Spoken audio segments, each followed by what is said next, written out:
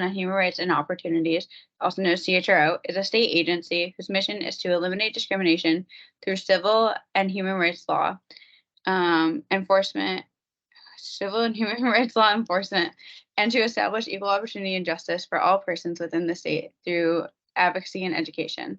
Thank you all for being here today as we strive to learn more about how certain legal decisions affect our everyday lives and remain vigilant in the face of these decisions. Today, we are joined by several brilliant panelists, each of whom are distinguished and revered in their respective fields. This year, the symposium topic is charting the future of Connecticut educational reform, navigating the post-affirmative action landscape. And as you'll hear from them today, the actions each of us can take as individuals will greatly determine the prosperity of future generations. To give some background, affirmative action within college admissions promoted equal opportunities and addressed systemic disadvantages that certain applicants face. The primary goal of affirmative action overall is to address past and present inequalities by providing targeted support to individuals from underrepresented communities. Throughout history, people of color in the United States have experienced institutionalized discrimination and limited access to education and employment opportunities. As a result, affirmative action was implemented in the 1960s to remedy the inequities of the past. Since then, affirmative action was successful in helping underrepresented communities access educational resources and in increasing diversity on college campuses. We are eager to dive right into this topic with our panelists, but first we would like to invite CHRO Deputy Director Cheryl Sharp to share a few brief remarks. Hello, everyone, and good afternoon. I first would like to say congratulations to the executive interns for putting this illustrious panel together on such an important topic, on such a topic that is so relevant to much of the work that we are doing right now. College admissions is so important in the state of Connecticut. Fairness, equity, equality, all of those concepts are really important, especially at this time in our history. So I am not going to bore you or wax poetic today. I am just going to say welcome and thank you once again to the interns, and on behalf of the state of Connecticut Commission on Human Rights and Opportunities, we invite you to think broadly about these issues and for you to take action once you hear how devastating decisions can be to our everyday lives and what the impact is and how it's far-reaching. We hope that you will open your minds, that you will think about these issues, and then that you will do something to help in the movement to reform, because that is really what's important to us as a state agency, that some action is taken. We can have webinars and talk about issues, but if there is no action, things remain the same.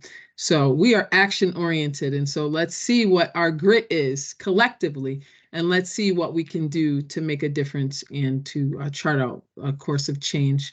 To the interns, some of whom are high school students, some of whom are college students, and some of whom are law school students, to put a webinar like this together takes a lot of intelligence, a lot of creativity, and a lot of action. So you are our future, and our future looks bright. I also want to say a thank you on behalf of Tanya Hughes, who is our executive director, and Anna Mitchell, who directly supervises our executive internship program, that we hope that you learn from these young people and learn from the panelists so that we can create a better Connecticut and a better America. Thanks.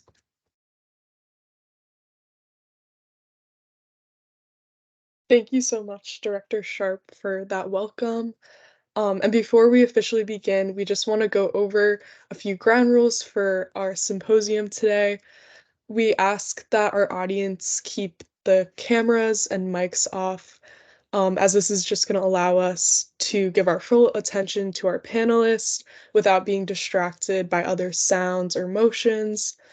We do want to strongly encourage you to use the chat to share any comments or questions or compliments that you might have for the panelist conversation. Our other interns will be monitoring the chat and keeping track of all of our questions so we can ask them at the end. And we also just want to ask that everyone be respectful in the chat. Anyone unable to engage in the chat appropriately may be removed, so please just be mindful of your comments. Thank you.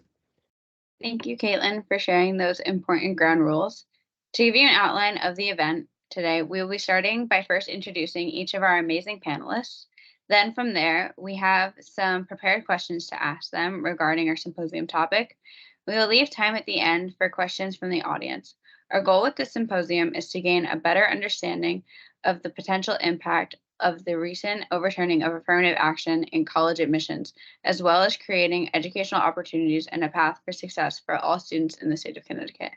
Now, I would like to invite some of our high school interns to introduce the panelists. Hello, everyone. My name is Aryan, and I'm here with CHRO. It's my great honor to introduce Richard Sugarman. Richard has a varied background, including nonprofit leadership, corporate and investment management, and extensive community engagement work. He is currently the president of Hartford Promise, a large-scale college fund that makes it possible for hundreds of Hartford students to pursue their college dreams. He is also the founding president of CT Forum, a nonprofit organization. Richard has received the Lifetime Achievement Award from the Hartford Business Journal, and he holds a bachelor's degree in psychology from the University of Miami and a master's degree in social work from the University of Maryland. Richard, thanks for being here today. Thank you so much. I appreciate that. I'm glad to be part of this panel. Do you want me to say a couple words? I think that will come later. Right now, we're going to introduce everyone. Thank you so much. Glad to be with you all. Next, I would also like to introduce Attorney Carol Ann Brown.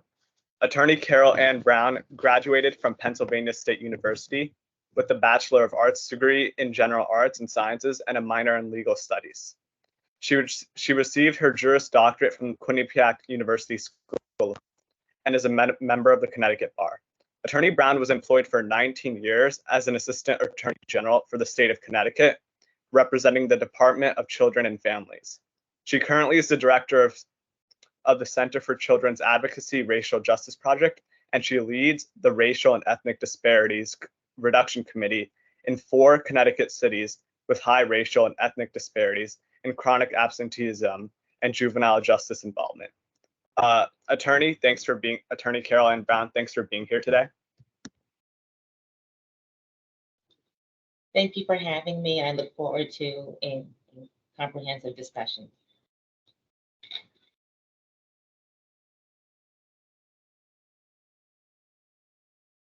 Thank you, Aryan. So next we will be moving on to Amin Abdul Malik Gonzalez. He is the Vice President and Dean of Admissions and Financial Aid at Wesleyan University, and his higher education admission experience spans 20 years at 3 highly selective colleges and universities, Yale, Wesleyan, and Swarthmore. Prior to his most recent return to Wesleyan, he served as a Director of Admission at Choate Rosemary Hall for 3 years. Before leading the Choate Admission Office, he served as an Associate Director of Undergraduate Admission and Co-Director of Multicultural Recruitment at Yale University for 8 years.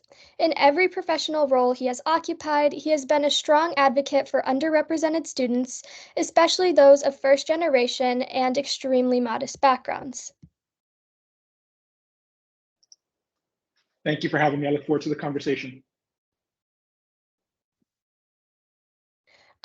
Next, we have Stephanie Wong, who is a professor of educational studies at Trinity College in Hartford. She is an educational anthropologist who explores the sociocultural context of K-12 schools in the United States. She is essentially concerned with understanding how educational inequities are produced, reproduced, and challenged. Her work examines issues of race, ethnicity, gender, class, sexuality, immigrations, and their intersections. Her recent research, a 16-month critical school ethnography, examined the possibilities and limits of multicultural and social justice education in a diverse public high school. She is committed to supporting students in critically engaging with the world around them and creating collaborative learning communities of social justice. She holds an MA in Educational Policy Studies from the University of Wisconsin-Miami and a BA in Educational Studies and Political Science from Swarthmore College. Thanks for having me. Looking forward to discussing with you all. And last but not least, we have Spencer Hill, who works for the Connecticut Commission on Human Rights and Opportunities as a human rights attorney specializing in diversity, equity, and inclusion efforts, contract compliance, and affirmative action, as well as the intersection of technology and discrimination. Spencer received his BA from McGill University in Montreal, Quebec, and his GD from the University of Connecticut School of Law, and he currently resides in Simsbury, Connecticut. Thank you. Thank you very much.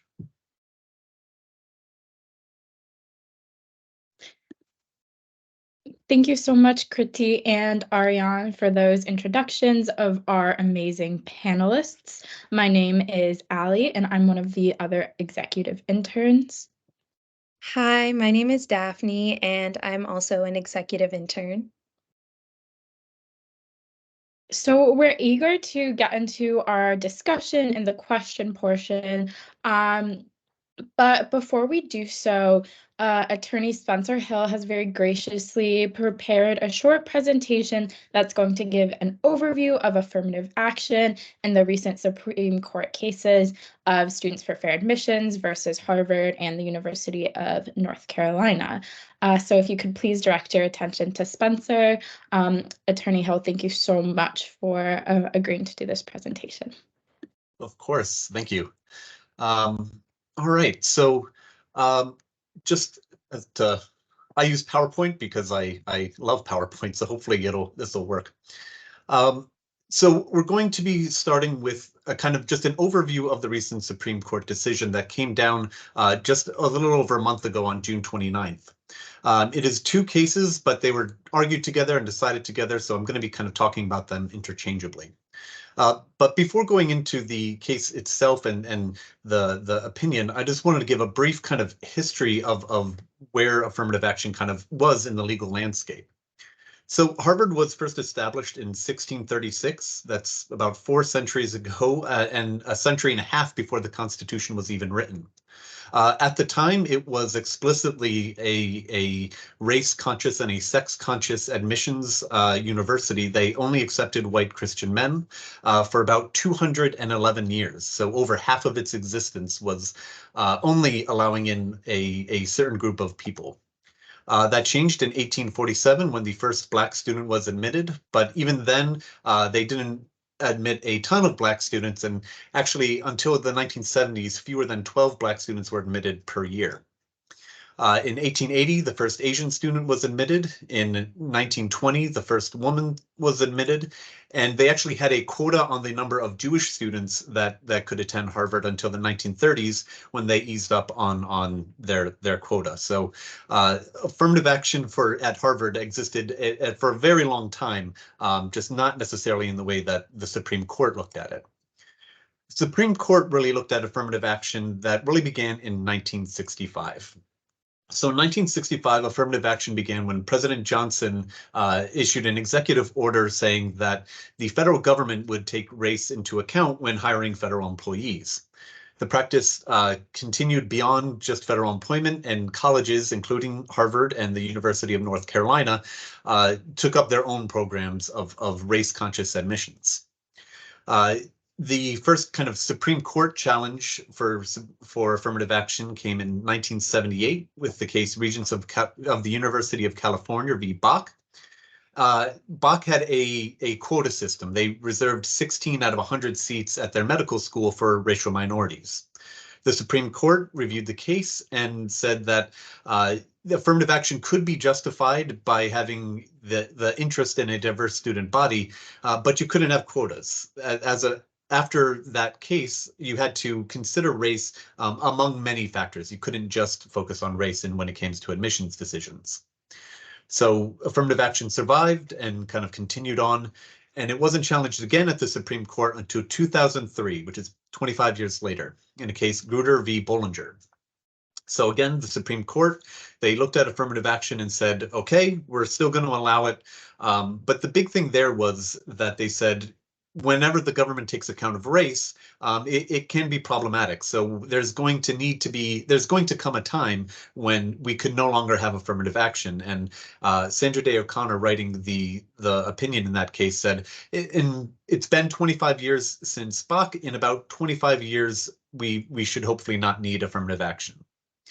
That kind of brings us up to the present case today. So it wasn't 25 years, it was slightly less, about 20 years, but the Supreme Court kind of again considered it, and it came down to be a 6-3 decision on striking down these programs as at least as they currently exist.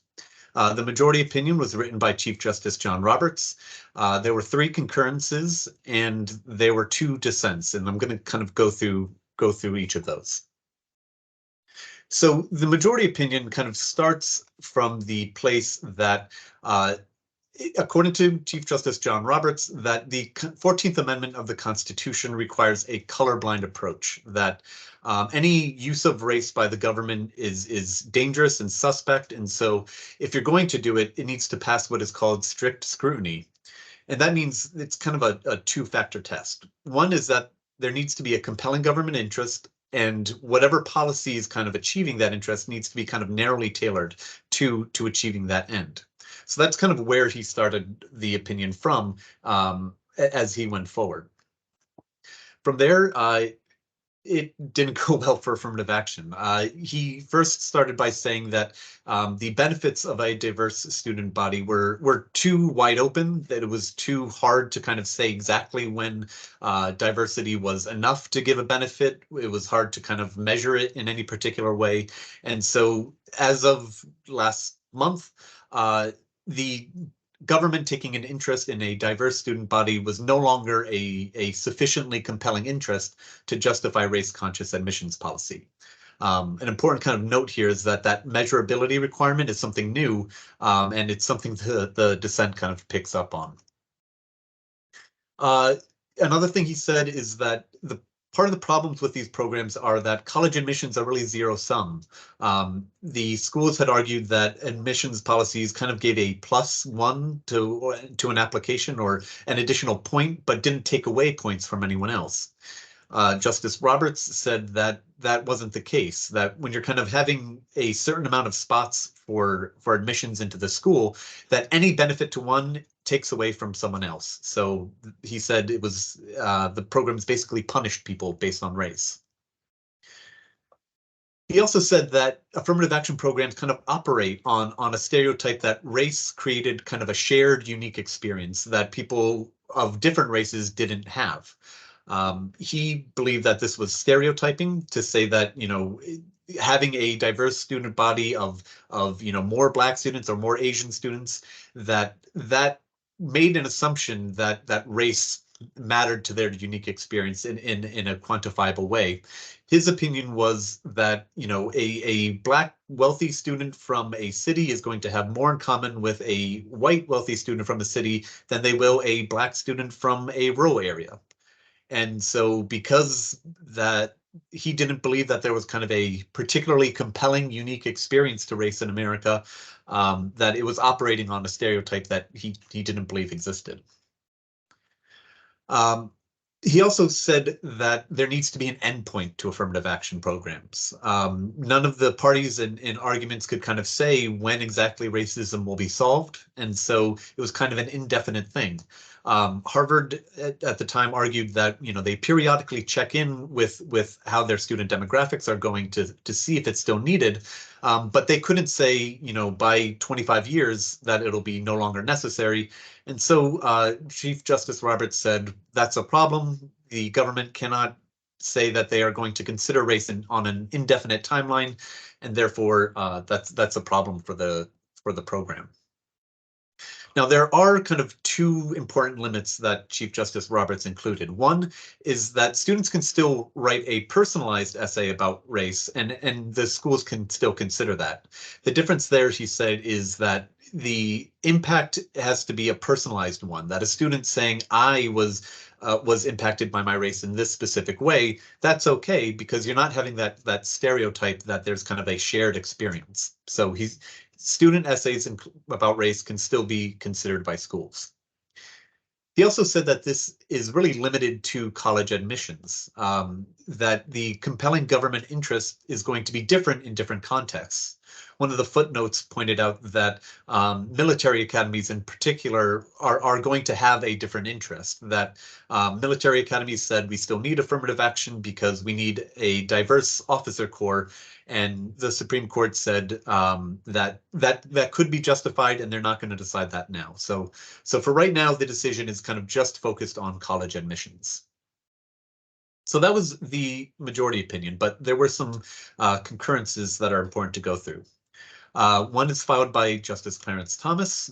His point was that the Constitution is colorblind, that anytime the government kind of uses race, it can have bad unintended effects, and therefore the best way to go is just a strict colorblind approach.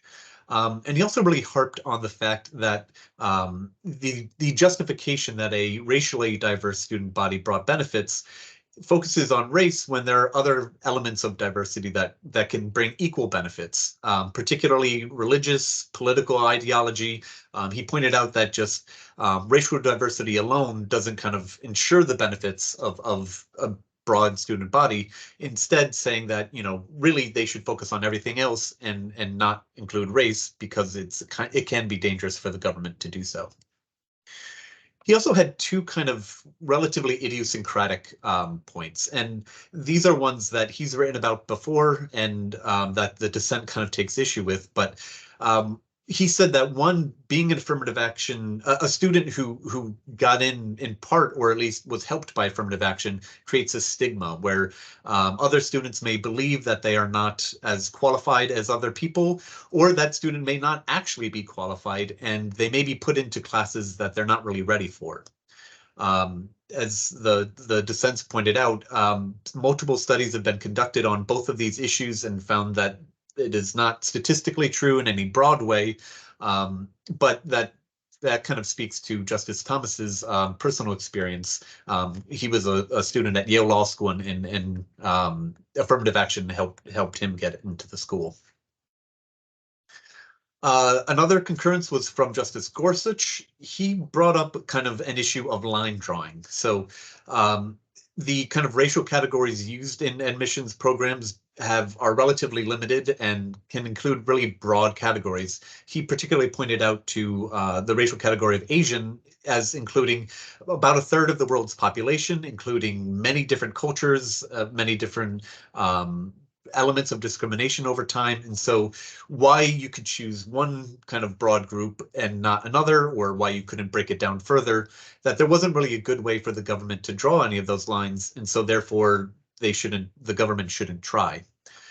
He also said that there's a problem in saying kind of how far back the discrimination needs to go. He pointed out that Irish people and Polish people have also faced discrimination in America at different times, and therefore why only focus on certain racial groups and not others. So he said that the whole kind of point is not really workable, and therefore the government shouldn't do it at all.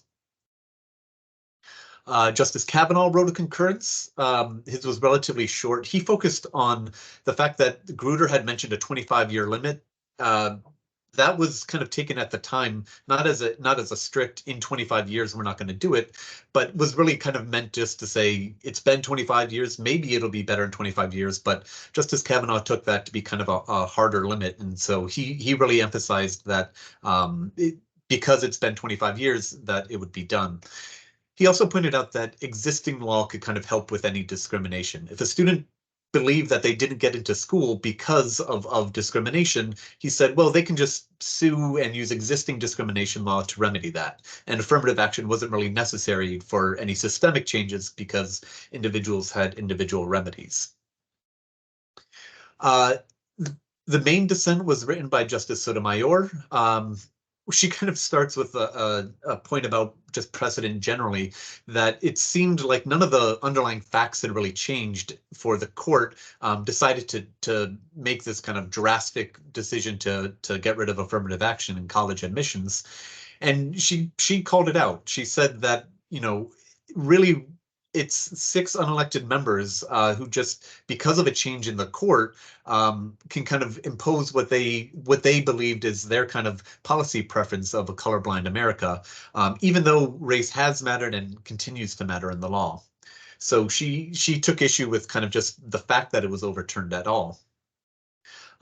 She also kind of went through all of the different history of affirmative action and the ways that government have taken account of race. And one thing she pointed out is that the government does take account of race explicitly in other areas, particularly in criminal law. Police are allowed to include an individual's race in a suspect description. So you can have an officer say, for example, we're looking for a Mexican man wearing a white shirt. That's permissible. And she kind of called out that the majority seems to kind of pick and choose when they think race can be used and can't be used. And it apparently can be used when looking after a criminal, but could not be considered when admitting students into an educational environment. So she's kind of calling out some of the picking and choosing that the majority does. And she also kind of goes through the history. Again, at the time that the 14th Amendment was passed in the 19th century, the government did include, have a lot of programs specifically to kind of help formerly enslaved people by having certain programs just for them. So even at the time, the people who passed the amendment did believe that you could have race-conscious policies that helped people to overcome discrimination they've had in the past, but the majority doesn't really kind of get into that too much, other than just disputing that was the case. Finally, again, she kind of looked at some of the facts of the underlying record and said that the majority wasn't really taking them into account. Specifically, there were studies done that showing that race was almost never a determinative factor for any particular student, that everyone was kind of qualified to be in there in the broad scale, and that legacy admissions in particular are a way that race is considered through kind of a disparate impact, and we'll be talking about legacy admissions, I imagine, quite a bit today. But she kind of took issue with the kind of presentation of facts that the majority relied on. Finally, there was a dissent from our newest justice, Justice Ketanji Brown Jackson. She has a very powerful sentence here that history speaks, and in some form it can be heard forever. America has always kind of had race as baked into our everyday life, and there are many disparities that still exist as a result of that consideration of race throughout our history, and we can't just pretend that we live in a colorblind society. To kind of illustrate this point, she used an example of 2 different people. One is a person named John, a hypothetical person. John is a white student who's a 7th generation legacy admission, whereas James comes from a black family and he's the first of his family to apply for school. And she kind of talked through all the ways that former policy explicitly and implicitly took effect of race, allowing John to kind of have all of these benefits, but not having those same afforded to James. And her point was really to say that if you are going to kind of consider that legacy when it comes to John, why can't the school kind of consider that legacy when it comes to James? So it was a really kind of powerful way to illustrate all that. So those are the kind of ways that the decision came down, and as just kind of an overview of the different opinions and how they shaked out. But the ultimate conclusion was that as of June 29th, affirmative action in college admissions is not available for college universities. And that's my overview.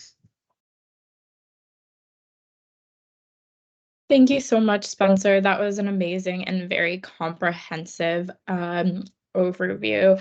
I especially love how you went into all the individual dissents, concurrences, because it really shows how all the justices have not only legal, but also personal, cultural motives that really influence how they make these decisions. Before we get into the moderated question portion, I just wanted to allow any of the panelists, if they have anything to add to anything Spencer said, anything they want to emphasize, to go ahead and do that. We ask that you use the raise hand function just so we don't have people talking over each other. Yeah, you can go ahead. Thank you, Spencer, for the overview and for acknowledging that I'm not an attorney, but wanting to ensure further information and background. I just wanted to acknowledge for the group, there was another case that the court heard in 2016, Fisher versus UT Austin, which also had to do with affirmative action and the exploration of race neutral options. So that's another case for those who are interested who want to dive into that space. And then just to clarify a little bit about the ruling, specifically against affirmative action with the court on June 29th, was college admission, but we'll talk about college admission more broadly. It was specifically in the selection space, in the decision, and there's more to be added in that space, but I just wanted to make sure that the benefit of the group understood that admission can start with outreach, recruitment, building pipeline to everything from matriculating students, and this was very narrowly defined. So we'll get into the particulars, but excellent job with the overview and the summary, but just wanted to acknowledge another significant case that reaffirmed the legality of race conscious admission in that time frame as well. I just wanted to say that on behalf of many, many, many Promise scholars and students all over Connecticut, given the choice between having to navigate Justice Thomas's stigma or being excluded from the campus altogether, they would 100% make the choice and be able to successfully navigate the stigma.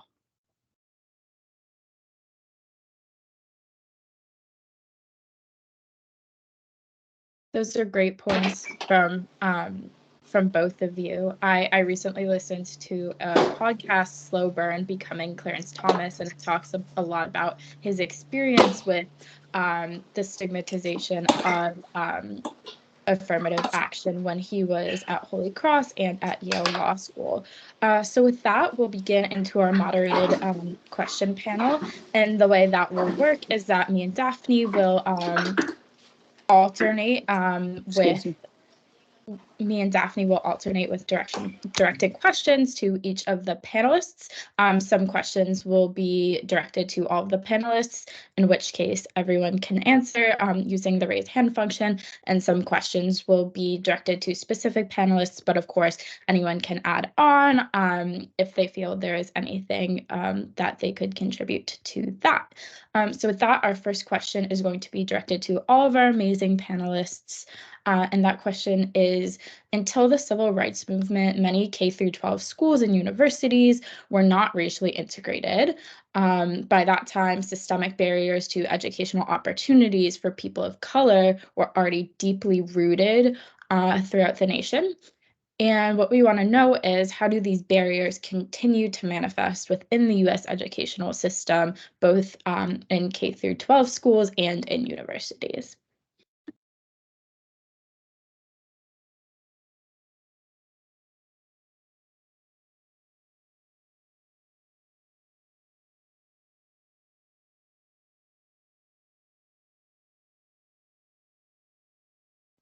Go ahead, Attorney Brown.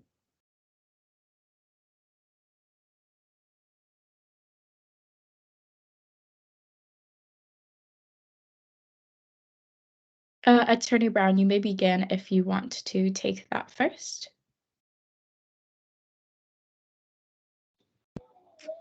I apologize, I'm having a little trouble with my microphone. Can you hear me now? Yes. Okay. I would answer that question by saying systemic barriers to educational opportunities for people of color will always continue to rear their head as long as key equity proponents of affirmative action are stripped away. Notably, there are several major and reoccurring factors that disproportionately impact students of color compared to that of their white counterparts.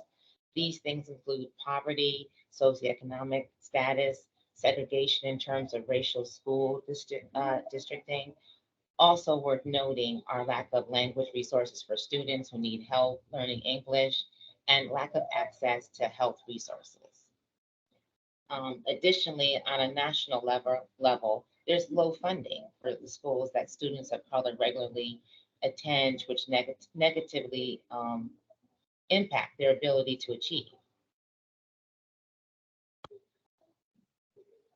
I could go on and on, but I don't want to take up the opportunities of the other panelists as well. Thank you so much for your response. Ms. Wong, would you like to respond as well? Yeah, thanks so much. I echo a lot of what Carol Ann was saying in terms of the barriers and that persist. One thing I really wanted to highlight is that K through 12 schools are still very much racially segregated.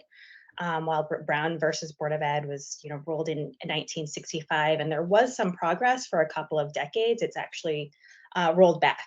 So schools now are actually more segregated than they were a couple of decades ago. So I think that's important to understand. Schools are, by the letter of the law, desegregated now, but in practice, not very segregated or not very desegregated. The other thing I wanted to add in terms of what the barriers and sort of the challenges faced by students of color in schools is the cultural ways that schools privilege white students. And we see this in things like curriculum, that white experiences and histories are viewed as essential knowledge that all students need to know. But the experiences and knowledges and histories of people of color are often not seen as essential. If taught at all, they're often seen as electives or optional, relegated to particular months. We've all seen those little boxes within textbooks. You have the main information, and then you have this little box of this contribution that communities of color have offered. It also shows up in things like the behaviors and the cultural ways of being that are privileged in schools, often white middle class ways of being, things like the ways that children respond to questions or interact with peers, the types of behaviors that are privileged, which students get seen as troublemakers or problems in classrooms, and which are seen as well behaved, and those often map onto race in a lot of troubling ways. And so I think we need to think about the ways that those things are playing out in both K through 12 and higher education. Yeah, thank you so much, Professor Wong. It's so interesting to think about how those social and cultural factors play into who feels seen and who feels effectively educated in these spaces. Attorney Hill? Yeah, I just want to point it out to a couple of the other barriers. One is there continue to be disparities in school discipline. There's been recent Connecticut State Department of Education reports on disparities among suspension rates, racial disparities among suspension rates, particularly Waterbury was recently studied, but it happens among many schools. And there's also just, again, a kind of socialization aspect that I just want to echo. There's a brilliant book that I always point people to, Why Are All the Black Kids Sitting Together in the Cafeteria by Beverly Daniel Tatum. It's an excellent resource and kind of goes into the ways that schools can, even if they are integrated in the admissions level, fail to kind of account for the psychological inclusion. And so I always point people at that as a great resource.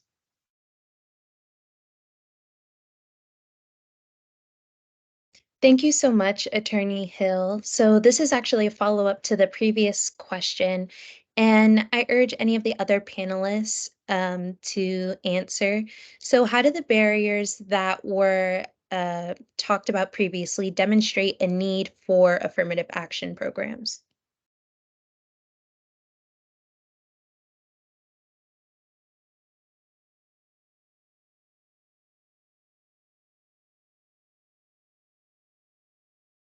Attorney Hill?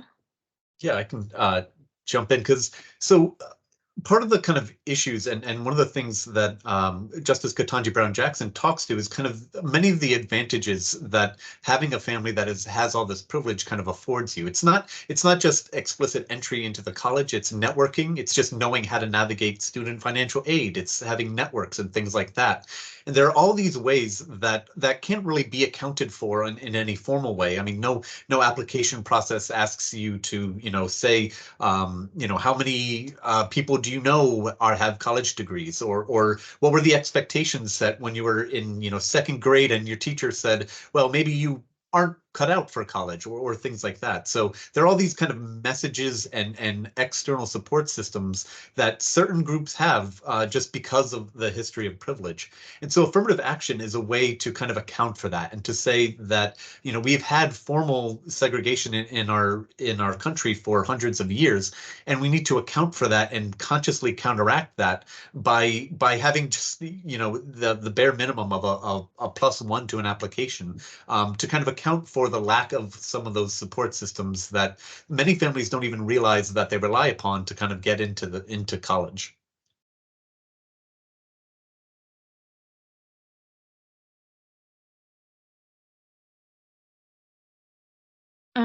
Attorney Brown, and then we'll go to Mr. Sugarman. Thank you. I apologize if you hear some background. There is an event that I did not realize was going to happen today behind me. But the data discussed continuously shows that affirmative action and other policies that share the same mission are integral to the preservation of equal opportunity and education for all. However, not all policies are adjacent to affirmative action, are actually beneficial.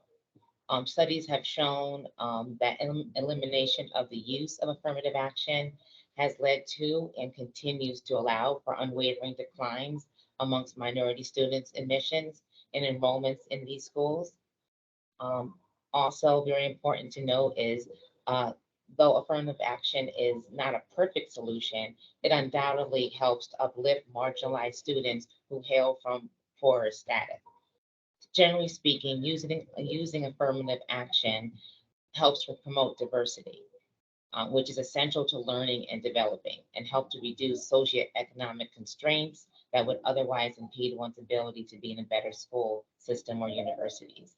It's important that educators and policymakers alike continuously make decisions that positively benefit the communities that do not have the same access to education and the factors that surround it, such as wealth, transportation, healthcare, etc.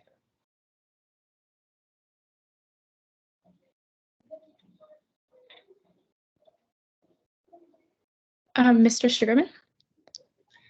Yeah, just to touch on a couple of the points that have already been made. I mean, clearly the disparities that exist, the inequality that exists, the underrepresentation, the marginalization that exists, this happens far earlier than college. In fact, it happens far earlier than current generations, right? This is a multi-generational, centuries-long process. And college maybe is sort of the end of the funnel, or near the end of the funnel, if you will, but it's certainly not where these things all begin. Second thing I want to say is I don't even know if affirmative action is the right name for it. Maybe there's a better name for it, but we've begun to identify so much affirmative action that already exists, affirmative programs that already exist, frankly, in college, and as I just said, before college, to other privileged groups. So this is not about sort of identifying a group and creating something called affirmative action. This is just sort of adding this affirmative action to all the other affirmative actions that are already at play and create many of the disparities. And the last thing I wanted to say here is that, and again, this has been touched on, but it's not just that the racial inequality. I mean, we have been disinvesting in young people in urban centers and groups that are underrepresented. We have been disinvesting in them forever. We continue to disinvest in them, and we end up, as I think Professor Wong said, we end up with a system that is just where students just don't have the resources that they need in order to be successful. And frankly, the last thing I'll say here is that I do want to point out that many of the students that we see and that are part of our Promise Scholar program, it is very easy to just look at the challenges and deficits and difficulties that they come from. But we also choose to look at the fact that there are so many hundreds of students who have been able to overcome those difficulties and challenges and deficits. And I think it's really important that we also are able to look at their strengths and their assets and that they bring not just to their own circumstances, that they bring to all of us, and try to find that balance and try to find that recognition of both deficits, difficulties, and assets.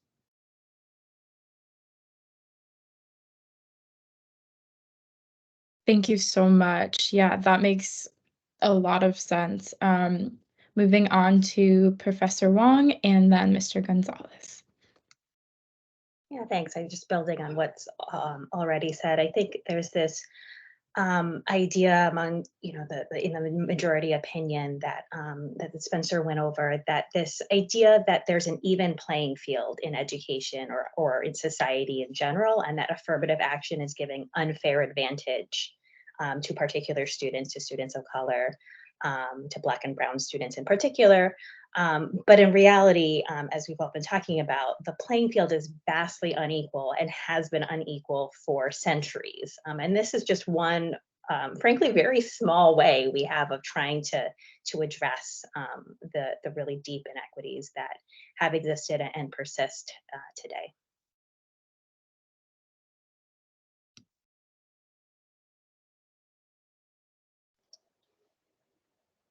So I will follow up by thanking my colleagues and panelists for astute comments and observations, all of which I echo.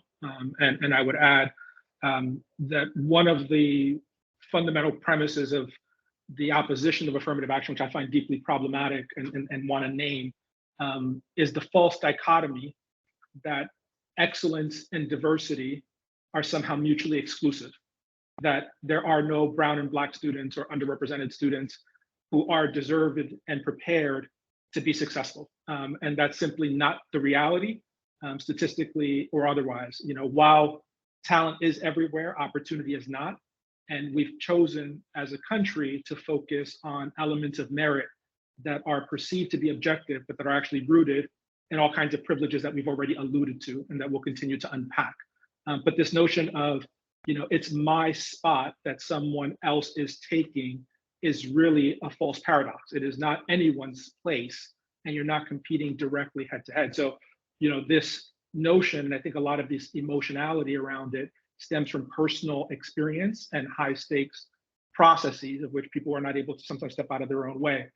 So I wanted to acknowledge that sense of there's a great deal of talent that even if you remove students of color from the likes of the most selective colleges, there would still be an overwhelming majority of white students who would not find their way to the most selective colleges just based on sheer number.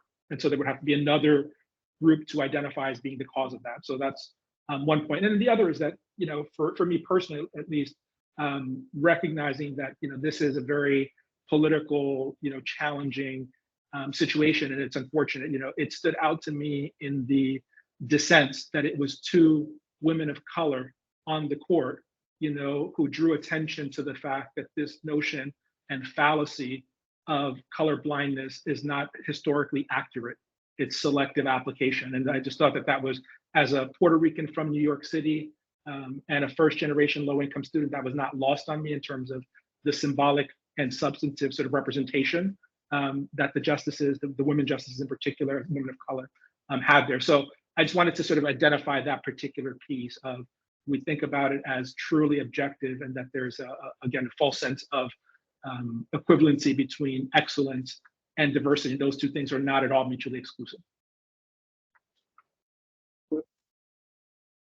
Yeah, what an amazing point made by both Mr. Sugarman, Mr. Gonzalez, Attorney Hill. Really, that affirmative action exists in multiple ways, and diversity and excellence need to coexist. Mr. Sugarman, do you have something to add? I do want to, I'm not a lawyer, but I want to take on the justice's majority opinion and the idea that 25 years was enough, and that somehow here we are 25 years later and it's victory, affirmative action has worked and everything is now colorblind and equal. I mean, if we just look at colleges, I mean, we can look throughout the system, throughout the ecosystem, but if we just look at colleges, you know, in most cases, they've just barely begun to create diverse student populations and have that be a semi-regular part of their process. We're not even close, and there are many colleges where they've barely begun this journey. So I'm just not sure what they use to measure that 25 years was enough, and that somehow now we've gotten to the goal line.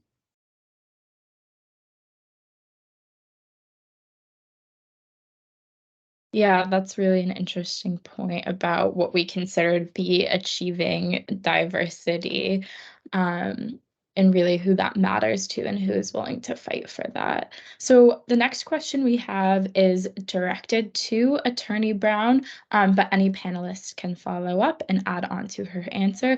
And that question is, what legal strategies can be used to defend affirmative action in court and combat attacks on this type of educational reform? Well, I don't know if what I'll have to share is considered legal strategies, but there are already many legal precedents that have stated that anti-discrimination and affirmative actions are not harmful and do not significantly bar white students from success, which is a chief concern for opponents of the use of affirmative action. What these criticizers fail to acknowledge is that race is an integral part of who someone is and the diversity that they bring to a classroom and to society. There's also a plethora of studies that show how wide-reaching and largely positive affirmative action has been for students of color, who may or may not otherwise be considered for admission. In these competitively institutions, due to the above, information that I stated before, socioeconomic poverty, et cetera. At the college level, though, another chief criticism lies within the idea that affirmative action puts a certain number of percentage spots on hold for diverse applicants, and that this is not fair to white applicants. And data shows that most elite institutions have some sort of legacy admission policy. Even if it's not overtly stated, it's also not uncommon for a legacy student or a student who comes from a family with a relative such as a parent who was a former attendee of that same school, to be admitted into these institutions. It's the same thing, isn't it, as putting spots on hold? Yet this consideration is widely accepted. It's the same for large financial donors and their children. And this showcases that the opposition to the widespread use of affirmative action and other racially just educated access policies were never about being unfair. Rather, it's been more about keeping diversity and high achieving minority population suppressed.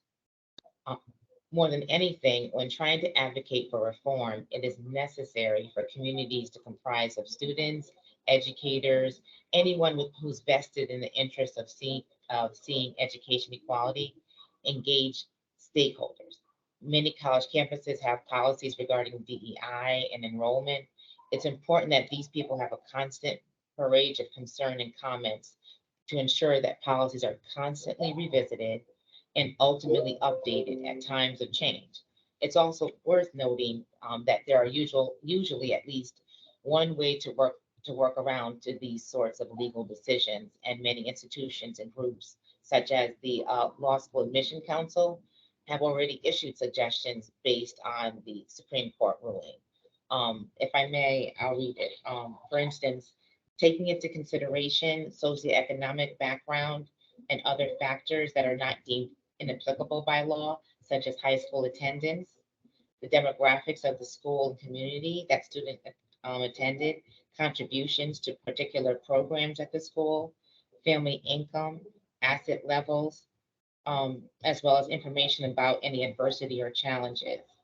And also health, complex family, immigration, foster care, for example, and to provide a deeper sense of who that individual is and what their strengths are, and to seek an applicant's life experience in discussing educational reform.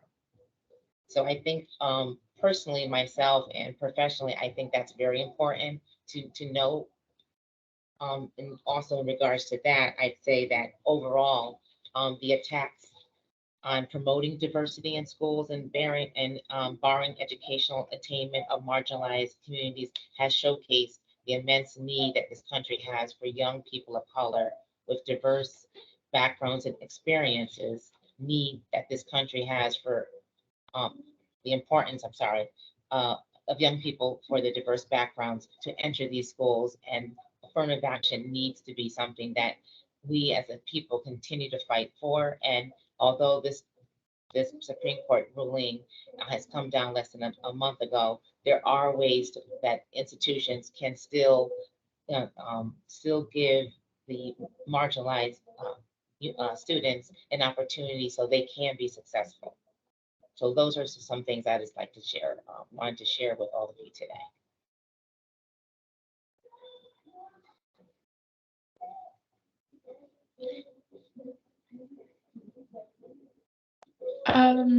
So I think I see Attorney Hill and Mr. Gonzalez both have their hands up. So I'm not sure because I think which hand went up first, but either of you can go ahead and jump in. Okay, I'll jump in.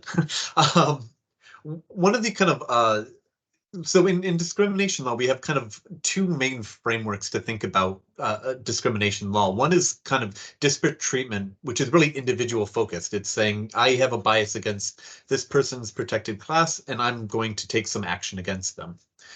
But there's another theory called disparate impact, which says you can have a totally neutral policy, but if it has a very different outcome based on different groups, even if it's not explicitly taking account of race or sex or whatever the policy may be, it can still violate that discrimination law. And I think there's kind of a window to use that framework in challenging any bad policies. So, for example, already there has been lawsuits filed against schools with legacy admissions programs explicitly because they do have that kind of disproportionate effect. If there's a program that only benefits people whose parents or grandparents went to a school at a time when only white parents could go to these schools, then that program is really only open to a certain subset of students. And so that's going to have that kind of disparate impact that is at least already in the works in several lawsuits as kind of being one way to kind of attack that. And I want to definitely kind of just tack on to kind of using that framework. I want to tack on to what Attorney Brown said in terms of using different variables as a way to kind of increase admissions. Connecticut is one of the most segregated states in the country. That can be used to kind of get around these rules. If we live in a segregated state and one area has a very high population of minority students, well, guess what?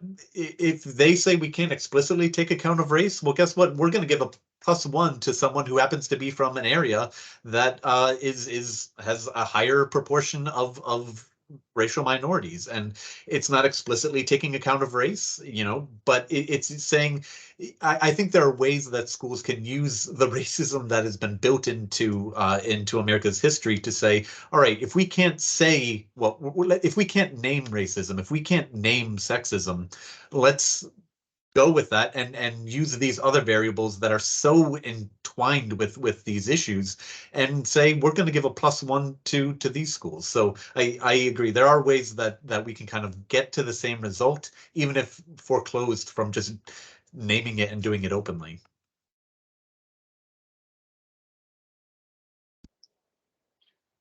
Wow. Yes, I will say that Spencer, we should talk. We should speak because I don't know that would be. There are lots of, as you might imagine, not so much interpretation. There are many different ways of responding, and so I want to be careful not having my counsel represented here to speak too much about what we would do. I will say this, however, one of the important things, and I echo the sentiments that have been shared, is that as the sole admission practitioner on the panel, and understanding that the public's preoccupation with fixed spaces and what we've been talking about is +1, that creates a perception of a process that isn't representative of the reality of what is done in selective admission. So I just want to take a moment to sort of share a little bit about what the court, even in its ruling, affirmed, and that is what we call in the business a holistic admission process, which is to say that we don't have quotas of any type. We don't have set aside. There are no spaces reserved for, at least in selective holistic admission, spaces set aside for legacies or Brown students, et cetera. Our process of holistic admission means the individual consideration of students in the context from which they come. So that's paying attention to geography, socioeconomic background, race, ethnicity, sex, athletic talent, family connection. All of those things are pieces of a puzzle, not set aside, not automatic. And so that's where I think for a lot of folks, they understand or they project that understanding of affirmative action. And it's deeply troubling because they don't see how that benefits them. But what the court assured, and this is in the words of Justice Roberts, just to quote from the opinion, at the same time as all parties agree, nothing in this opinion should be construed as prohibiting universities from considering an applicant's discussion of how race affected his or her life, be it through discrimination, inspiration, or otherwise. So we can and will take an individualized review of the student, which is to say that no one is being admitted because they check the box. It's not because of association or affiliation alone. It's the sum total of the entire application. So I just wanted to sort of acknowledge the way that these terms can be understood of affirmative action being tantamount or equivalent to spaces. Those are reserved, protected spaces for one group. That's not in the context of select, in Harvard's case, certainly at Wesleyan and the other institutions that I've been affiliated with, where we've embraced the idea of each student being considered carefully in their own right with respect to their circumstances. And so that's what we're saying, is that you want to be fair to an individual's circumstances. And when access has been prohibited and when success is being measured in objective forms that further empower privilege, you need to account for that. We cannot pretend that we live in a totally equal egalitarian society when in reality, that is not the context of which students are coming from. Yeah, that's such an interesting point. And I actually have a follow-up question for you regarding kind of like those misconceptions about the admissions process and about asking about diversity. Do you worry that that kind of like aspect of the decision may limit what students feel they should write their common application essay about? And what are the other ways that schools students, prospective students feeling like they can talk about race and identity without having to omit other important parts of their lives?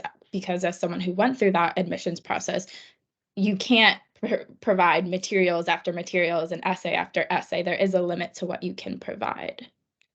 Right. No, for sure. It's a great question. And it's one of the real unfortunate consequences of the ruling. And there are lots of unfortunate consequences, but one of them is that it's incredibly reductive, is that it's going to, if not force, encourage students to see themselves through a single lens.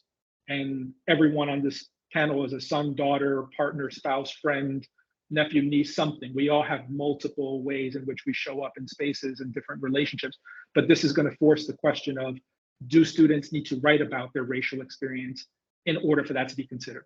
Yeah, and how is it going to be written about? What is authentic expression of that lived experience? What is not manufactured, but what is, enhanced? And how do teachers and counselors who are also part of this process understand that they can support students in this? So one of the words that we are very intentionally staying away from, and this goes back to comments that were made earlier, is that we cannot be perceived or actually be in the space, and I'll quote from their opinion again, of trying to find proxies or workarounds that sort of go against the opinion. We've seen Senator Vance write letters directly to college presidents demanding that they justify. There was a ton of letters, but here's what they say about the essay. And it is, despite the dissents to the contrary, university may not simply establish through application essays or other means the regime we hold unlawful today. So you cannot use essays, although supplemental essays have been introduced. Those essays are supposed to be, and in most cases are, I'm sure, mission aligned, not simply as alternatives to racial and ethnic diversity. Meaning, if the universities and colleges don't actually value diversity and you simply ask a question to achieve racial diversity, you're vulnerable. But if you actually care about diversity broadly defined, then those questions may be defensible. But to your question, it's a good one. And we're obviously a month removed from the start of school here in Connecticut, but how many teachers and counselors are understanding the ruling? What are they taking from it? And how they choose to show up for their students, as well as how students choose to show up in the application. None of us have seen that yet, right? And so this is the real misfortune, I think, is that it's going to create confusion. We want, for example, a student to be able to write about their passion and their experience. And if that means writing about computer science and not about growing up in the projects as I did or on public assistance, and you shouldn't have to directly and specifically be reduced to that element of your identity. It can and should be part of a broader discussion. So we'll see how that plays out. Thank you so much for, Mr. Sugarman, do you have something to add? Yes, I just want to say that it's a good point that was just made, that there are more people, many people involved in college decisions in the college process, counselors, teachers, family members, and so on. It's not just students and how students will interpret this and act on this. It's how all those other people in their lives, in their school buildings, in their process will interpret and act on this. The only other thing I wanted to say, and this is no offense, Carol or Spencer, to attorneys, but I am worried that at this moment, and potentially for the immediate future here, lawyers and legal departments are going to be major factors in admissions. And admissions folks are going to have to run everything through lawyers. And again, nothing against lawyers, but I don't think they really belong to be in a primary role in the admissions process. And I think they will be. I'd love to hear comments about that.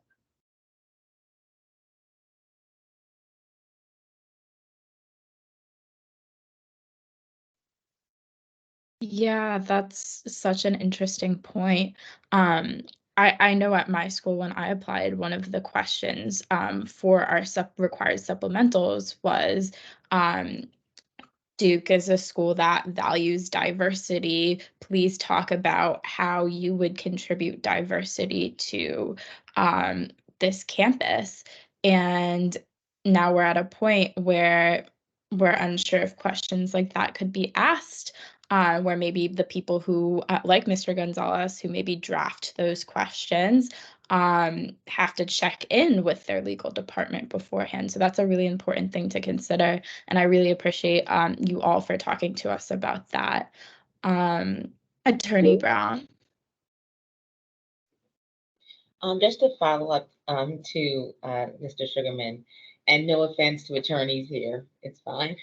But I think because this is all new and the Supreme Court decision was just the end of June and school's going to be starting, I think it would be wise for every college or university to make sure that they are working closely with their legal team to make sure that there's no discrimination, race discrimination or anything along that line. So they're going to be walking a very thin line. This first round is going to be trial and error, because once again, this is first impression kind of thing. So it's going to be something where I think everyone's going to have to work together and be very deliberate and make sure that they're making these decisions based on actual facts and policies and of that particular university or school, along with making sure that there are no legal consequences for those actions.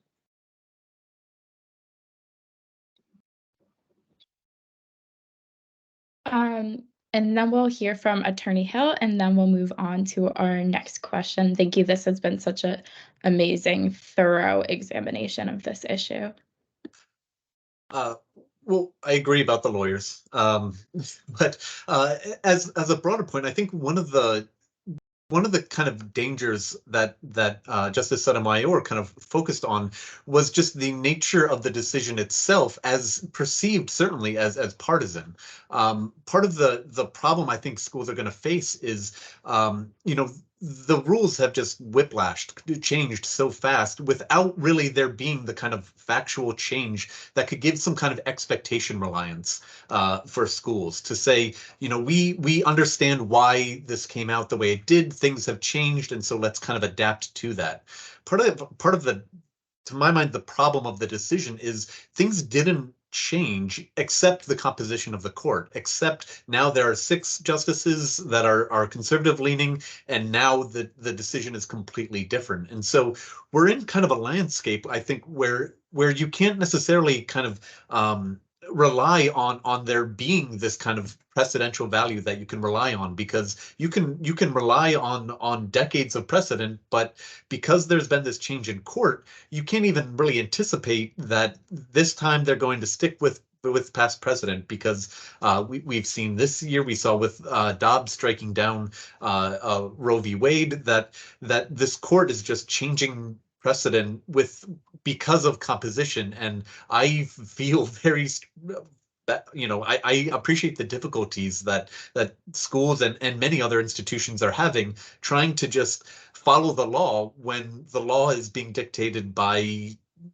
I will say, the concerns that are not necessarily based around the facts as they are on the ground, but on just who happens to be in the court. So I think that there's kind of an additional layer of uncertainty that the court has built in just by doing this in the first place. I just wanted to say again, just not to let this legal question go, but my concern is, again, right, we live in Connecticut, we live in Hartford, the insurance capital, right, risk management and avoid risk and mitigate risk. And I am concerned that when things have to be or feel like they need to be reviewed by lawyers, I think there's just a tendency then to freeze a bit and to be overly safe and overly risk averse. And this is a time in our country and really with our young people where that's not going to serve their interests. It's not going to serve anybody's interests in terms of that sort of pulling back and feeling like, we have to be safe and risk averse here. I'm really concerned about that.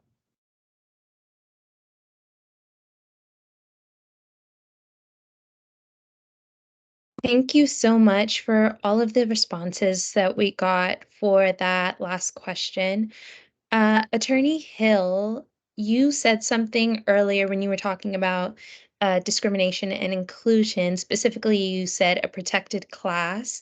So just for the audience members, could you briefly describe what a protected class is? Yeah, so a protected class is an identity that is explicitly protected under law. In Connecticut, we have about 27. It includes race, color, age, sex, gender identity, gender expression, sexual orientation, and please, the list goes on, and disabilities, intellectual. So there are a lot of these characteristics that are really parts of ourselves that we can't really change, that are just kind of who we are, their identities. And they are explicitly kind of enumerated in law as saying that we're not going to tolerate discrimination on account of that identity. So that's what a protected class is.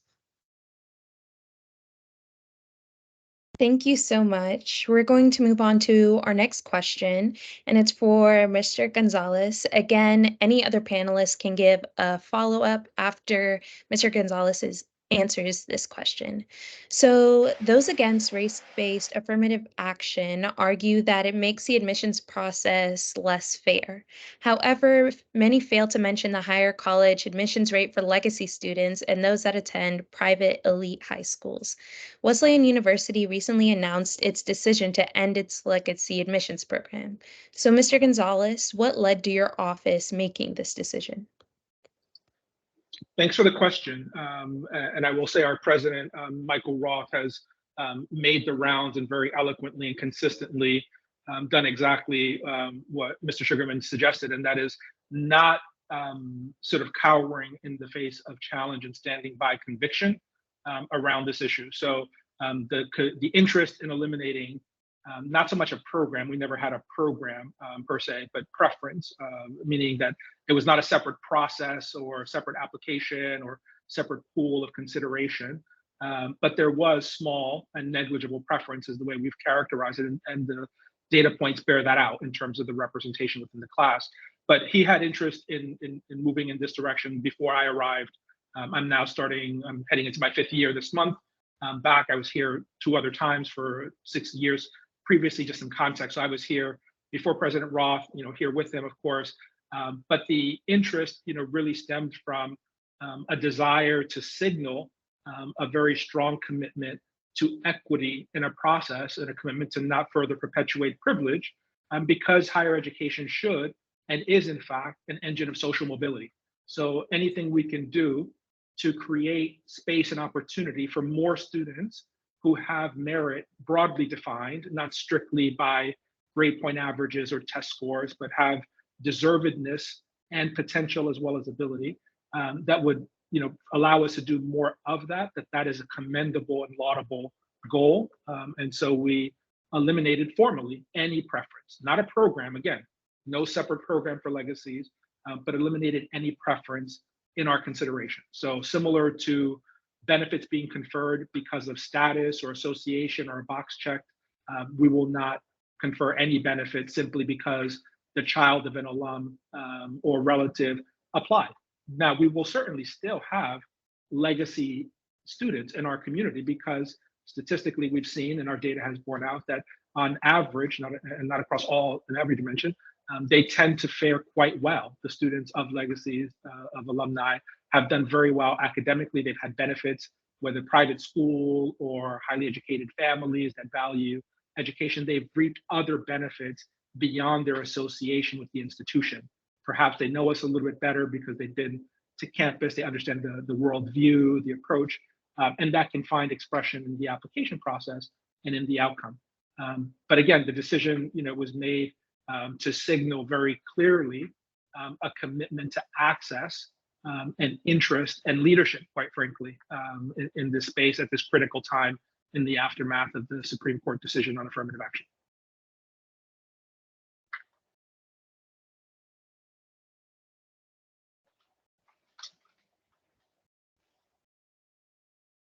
Yeah, that is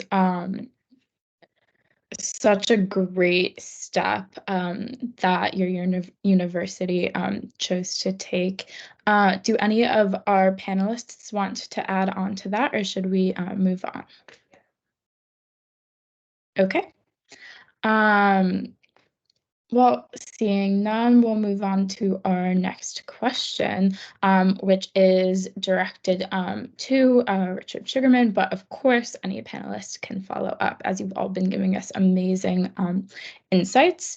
So that question for you, Mr. Sugarman, is, as someone very involved in supporting high school students throughout the college admissions process, how do you expect the recent Supreme Court decision to impact admissions in the college prep process as a whole? Thank you. I'm going to try to answer this quickly. I do want to say before we go on, though, that even though, as Spencer mentioned, we have many issues in Connecticut, we are in many ways a very segregated state. I do want to say I'm really proud to be from Connecticut, partly because of having a conversation like this. This conversation would not happen, could not happen in probably 20 states in our country, and would be viewed, just couldn't happen. So I'm proud to be in Connecticut for this reason, and the willingness to take these things on and have these kinds of open conversations. To your question, though, from the standpoint of students, high school students, I think there will be a near-term, immediate reaction, short-term reaction on the part of students and, frankly, the adults in their lives and other people in their lives.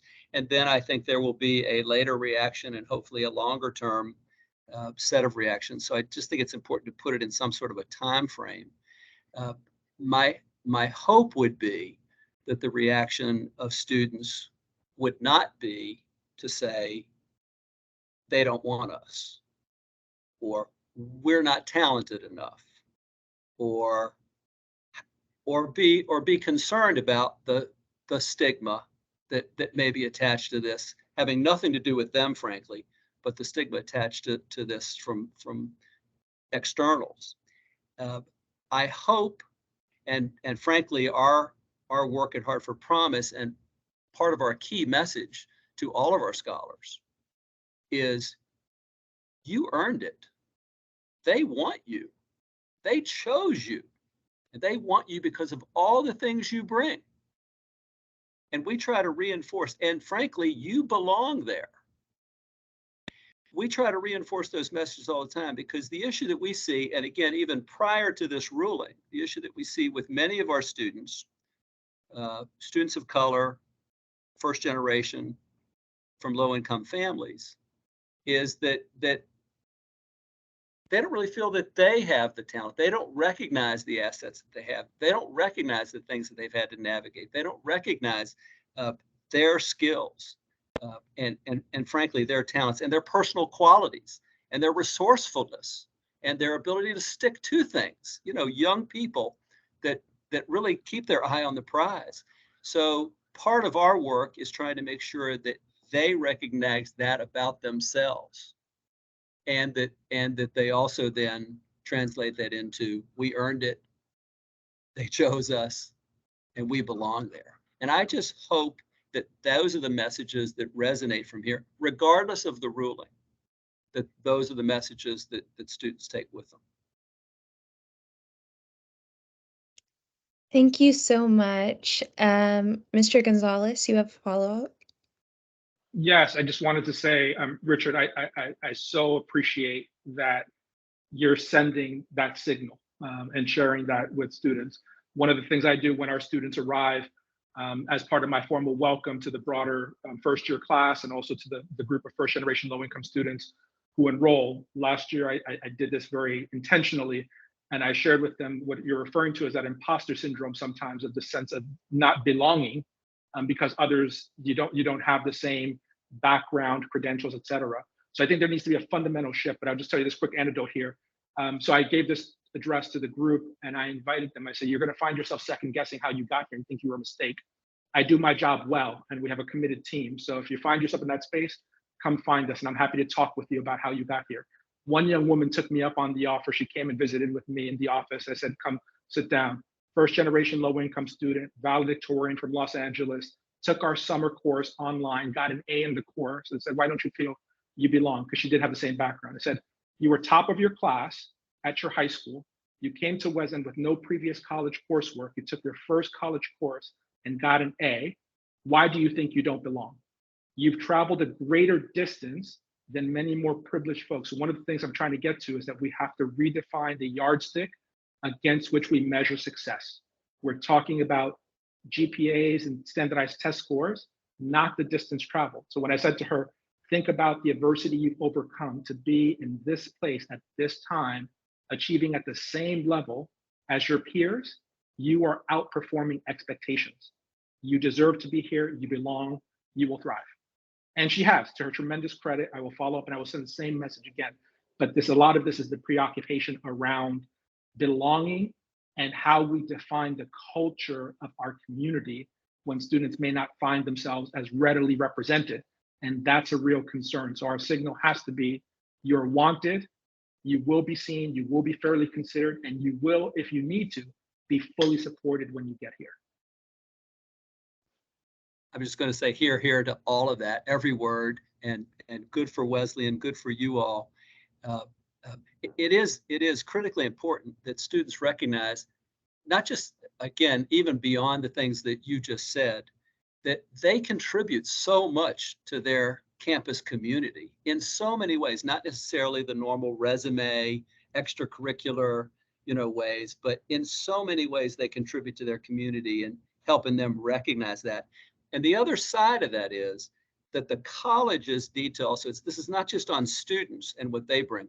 The colleges, just like you just said, the colleges need to look at their culture, look at their history, look at the things they use to create standards or evaluate. And they need to look inside themselves, right? And recognize that with a much more diverse student population, they also need to make some fundamental changes internally. So that's also part of this process.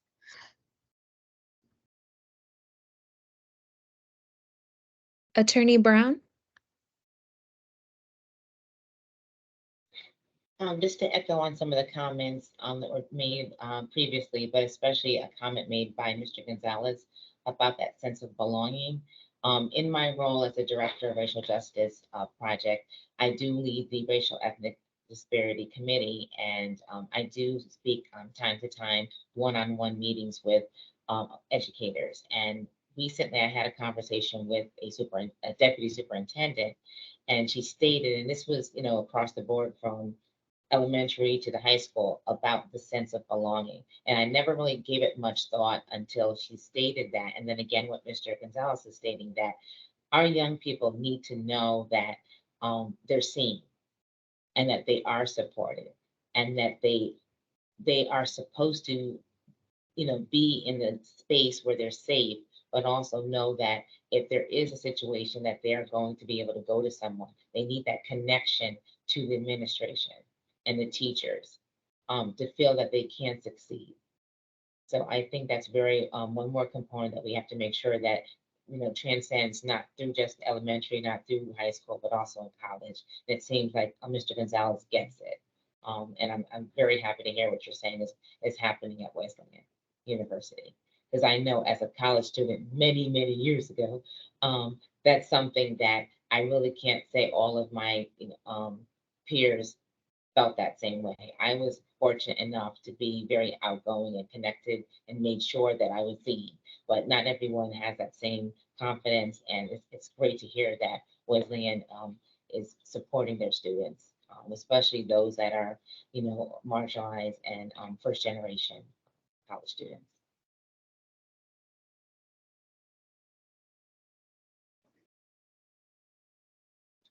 Thank you so much for all of those responses. And I can also attest to feeling that imposter syndrome, especially during my first year of college. And all of the responses that the panelists gave bring us to our next question, which is for Professor Wong. So, after they are admitted and begin attending an elite university, students from marginalized and diverse backgrounds who have benefited from affirmative action also experience the imposter syndrome and isolation, which is something that we all talked about earlier, as they are largely surrounded by students and professors from different backgrounds than themselves. Some students are explicitly told that they were only admitted because of affirmative action. So based on your research on school climate, what can schools do to ensure that all students feel safe and supported? Yeah, thanks. I held off on raising my hand because I knew this question was coming, and I could kind of fold in some of my responses to what some of the other panelists were saying into my response to this question. And I think that it's important to think about the fact that there are lots of different ways that institutions make students feel welcome and unwelcome on campus. And there's certainly some very visible ways that they do this, or very public ways. Things like having robust offices of diversity and equity inclusion, making official statements at particular moments and times in support of of communities of color and other marginalized communities. And I don't want to say these things aren't important. I think these things should all exist and that they should be happening. But I think that often creating kind of what Mr. Gonzalez was talking about in terms of a culture of inclusion and support is much more complex, and it requires a lot of work across multiple dimensions and multiple aspects of campus life. And I think, for instance, I think, for example, the work that you're doing, Mr. Gonzalez, to support particular students and, let them know, like, you belong, you're doing great, we always expected you to succeed here, are so important. And I think are really valuable for students. I think in addition, though, we also need to tell more privileged students, like, hey, your peers belong here too. Let's not have this assumption that only particular students earn their spots and other students were given their spots. We really need to transform what that campus that campus culture and assumptions around who belongs is. And I think there are lots of ways institutions can move towards this. I think Attorney Hill previously brought up the book, Why Are All the Black Kids Sitting Together? There's been lots of research that shows that students of color, particularly in predominantly white in school environments, benefit from having same race peers who understand the challenges that they're facing, the situations they're navigating. And so I think, for instance, support for student organizations for students of color can be really important. Listening to those students and organizations about what they need from the institution to provide the supports that they are doing. And I think, as I was saying, the other question we should be asking is, why are all the white kids sitting together? I think we often say, why are all the black kids sitting together? But it also, all the white kids are sitting together too. And what is that doing in terms of, because one of the answers to why are all the black kids or why are all the Asian kids or why are all the Latino kids sitting together is they feel excluded, and being together helps them feel more at home and a greater sense of belonging. So I think importantly, we need to ask, why are all the white kids sitting together as well? And so I think, we can also think, so that's some of the social supports we might think about. And of course, social and academic supports blend into each other. They're not mutually exclusive. Sometimes we think about things like who's on the faculty, who's in the staff. Are students of color seeing, I guess we say adults, their college students are also adults, but are they seeing staff members and faculty members who look like them and who share experiences with them, and seeing that the college values that in hiring people. In terms of faculty expertise, are they hiring people with expertise in African American studies and Latinx studies and in issues of racial injustice? Or are they hiring people with expertise in things like Shakespeare and British literature, or things like that? Where are the priorities in terms of what's seen as essential knowledge, essential curriculum, important, what's important to the institution? And I think often the ways that schools are helping students of color, other marginalized students, first generation low income students, is to say, what are the types of supports, what sort of programming can we put into place to help you feel more supported, to help you navigate things that might be unfamiliar to you here on campus, to help you understand how do you read a syllabus, to help you understand what are office hours for. All of these things can be really important, but I think we also should be taking a step back and thinking about, why are those supports necessary? And what could institutions be doing differently to create a campus environment where those supports aren't needed? Where, instead of a situation where we have particular skills and knowledges that are valued and seen as important, that mostly white middle class students are already bringing to campus, and that is then seen as something that first generation college students and students of color lack and need to be supported in getting. How can we create it such that there's not that divide? That this is a created gap, not just a fundamental gap that exists, but that we've created a system that values particular knowledge, particular skills. How can we level the playing field more structurally rather than just supporting particular students. So what might it look like to not assume that all students know about, what office hours?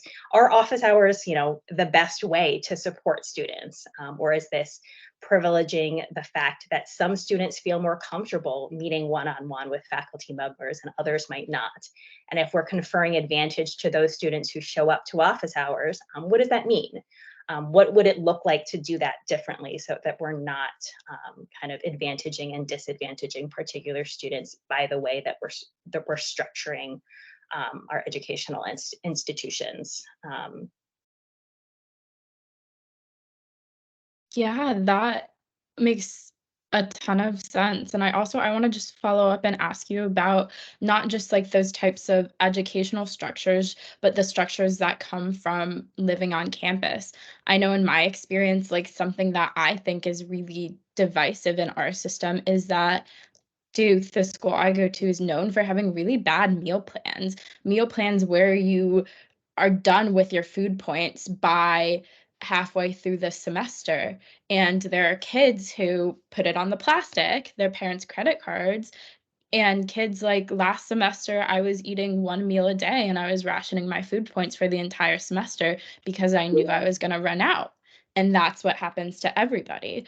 But there are some people who can kind of handle it and some people who can't. The same thing where like I'm Jewish and so I eat kosher for Passover. It was impossible for me to find anything to eat during that period of time. I have friends who eat halal all the time. It was impossible for them to find things to eat like the entire year. Like, how do we kind of start to address those structural issues as well as the Absolutely. cultural I think ones? that's so important to think about. I think one of these things is listening to students. So I think some of these things are complicated. And I think, I want to hope that the people who set that up didn't try to intentionally exclude and marginalize and, have it set up so that people like you were kind of only eating one meal a day. And I'm sorry that happened.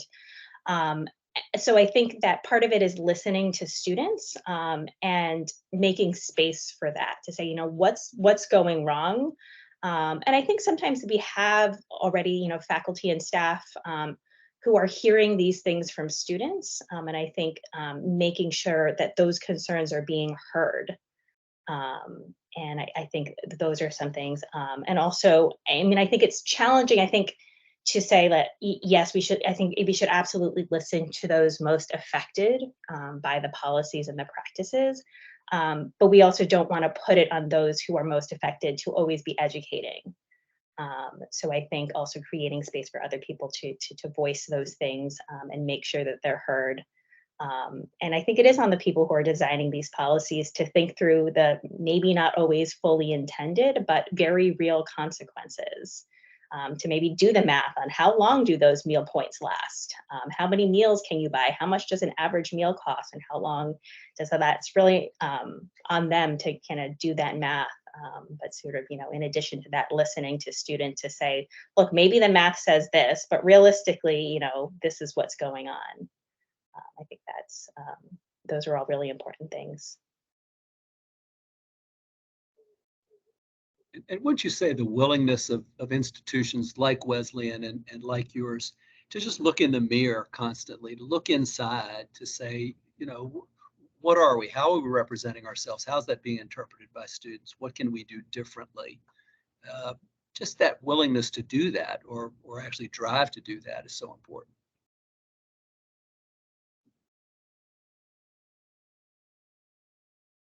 Yeah.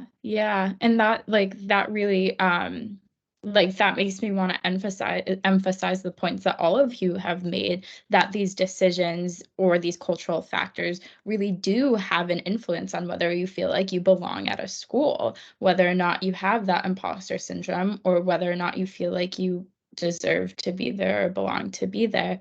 And it definitely shows how much work there is that really truly needs to be done. So with that, we're moving on to our last moderated question. And I know we haven't gotten a ton of questions in the chat, but I just want to do one last plug for that. if anyone else has something that they want any of our panelists, all of our panelists to answer.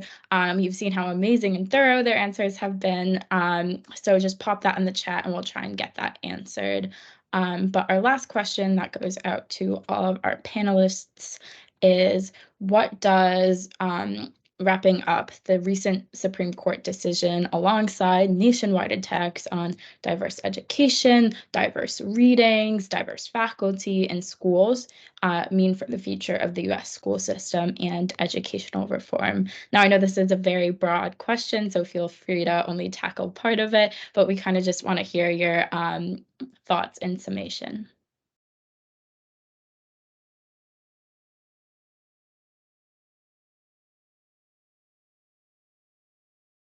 Attorney Hill. Oh, or Yeah. Well, one thing that I think is important to kind of recognize is diversity includes white people.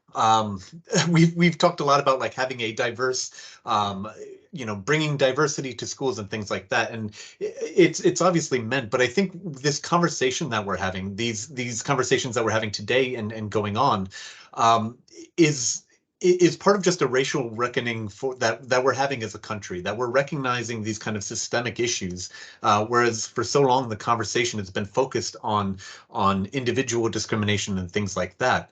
And I bring up because I think the majority opinion really reads like it's coming from a place of people who John Roberts is white and others who don't recognize their privilege, who don't recognize all the advantages they have that got them to be where they are, and don't see themselves as having a racial identity themselves.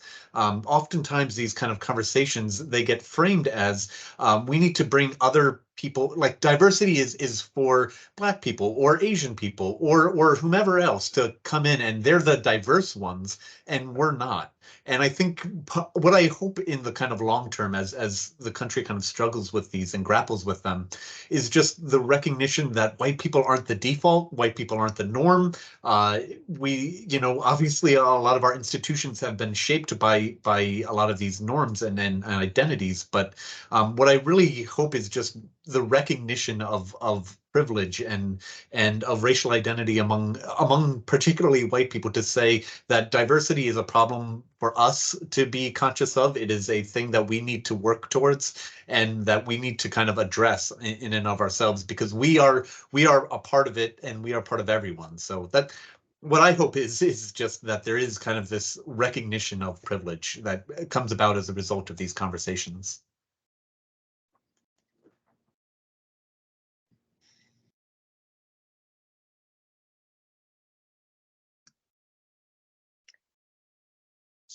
I think a lot of the attacks on having, race and racism be included in things like admissions decision, be taught in schools, are really forcing us to more explicitly reckon with the, some important questions, which include kind of what's the purpose of schooling, what should be taught and learned in schools and colleges, and what kind of environment is needed to accomplish these things. And I think one of the important things for those of us who are, invested in ensuring that schools and colleges remain racially, socioeconomically, religiously, et cetera, diverse places, and with diverse curricula and diverse things being taught and learned, is to not let some of these attacks dictate the conversation, and to not be consistently just defensive, but to be thoughtful about what is it that we want to be taught and how, and not just countering these attacks all the time. So I'm hoping that we can kind of remember that in the face of many of these attacks.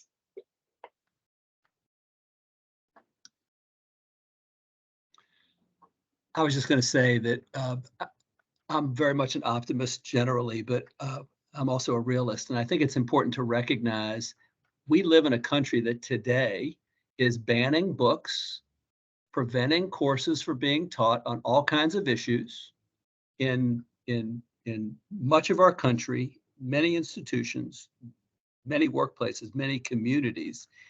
And I just think it's important to recognize that that is happening, along with the attempting to erase transgender people, attempting to minimalize and erase LGBTQ people in our country.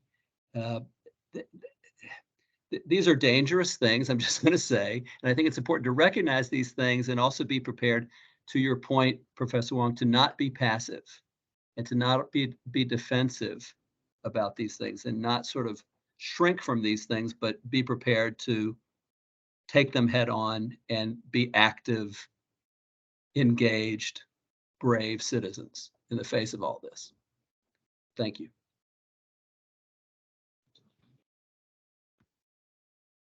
I just have a few comments. Based on the question, the way that I view it is, it's not the first time that powerful institutions such as the Supreme Court has issued a ruling that goes against painstaking years of hard work. But the law has always been fluid, and it will continue to be fluid, and which is both helpful and harmful as it adapts to the changing times today, and the people who enforce it to different interpretations, such as this Supreme Court composition. Unfortunately, the current political landscape has allowed for many attacks on communities of color to be successful. However, it's imperative that nobody impacted by these decisions stands idly by, and we must continue to fight for what is just and right. And in the absence of affirmative action, excluding the basis of race, less students of color are given the opportunities to reach academic and professional successes. So I think it's very important that we continue to look at this and see how much we can respect the Supreme Court ruling. But what we can continue to do is make sure that our young youth and young people are able to be successful based on the opportunities that we can provide for them holistically. Thank you.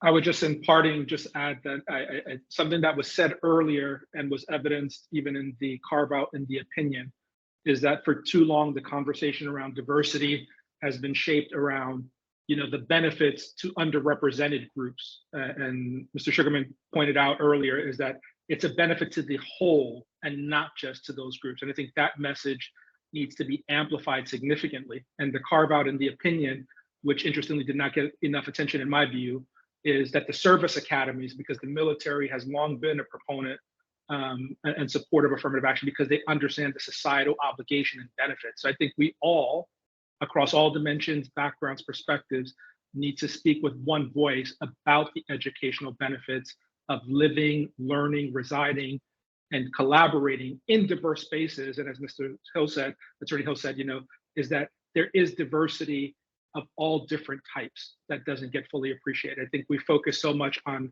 race and narrowness. Now, that's not to say that there aren't uneven playing fields and that there aren't things that need to be done, but it is a compelling interest. And it was fascinating to read how this opinion came to be, even as they commended the goals, right? The justices commended the goals as laudable, as commendable, even as they reversed almost 45 years, or changed 45 plus years of precedent.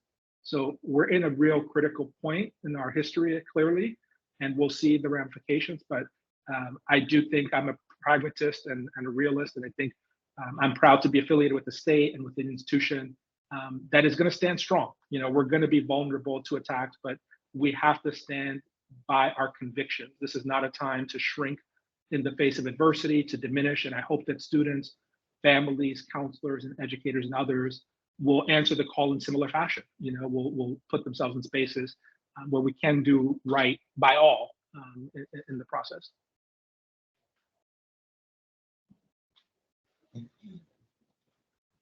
Thank you so much for being here, for these amazing answers to such great questions. At this point, I think we would like to ask if any of our panelists have any closing remarks, if there's anything from earlier they want to expand on, or if they really have anything that they want to leave us with. And anyone who wants to jump in can just go ahead and jump in.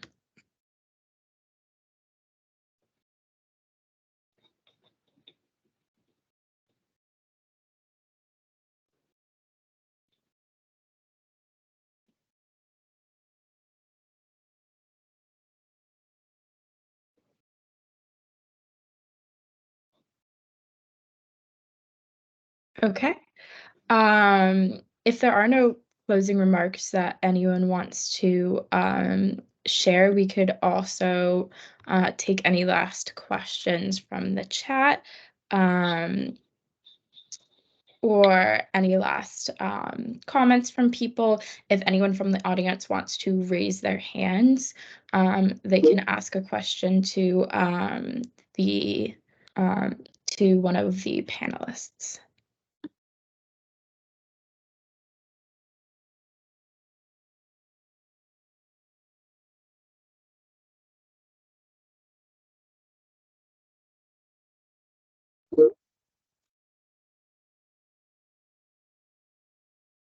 Okay, well, I have one final question for all of our amazing panelists, and that would be, what can we do as, I guess, lay people, or even as people with particular skill sets in advocacy? What do you think really are the next steps? Because I know I personally feel very galvanized from this conversation, and I just think it would be great if we could leave our audience with kind of some form of next steps. I know, Mr. Sugarman, you do like actual work with students every day, and so maybe you have something to add to this, and then we'll wrap up.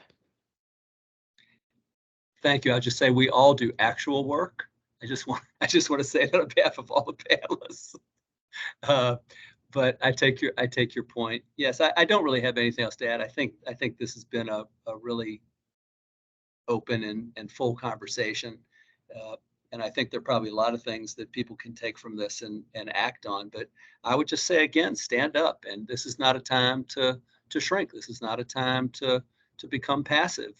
This is a time in our country and frankly in our lives when we all have to be counted as citizens and be heard as citizens. And I'll just say to the young people who are here that organize this, frankly, I want to give you all the space in the world to lead the charge. I'll support you.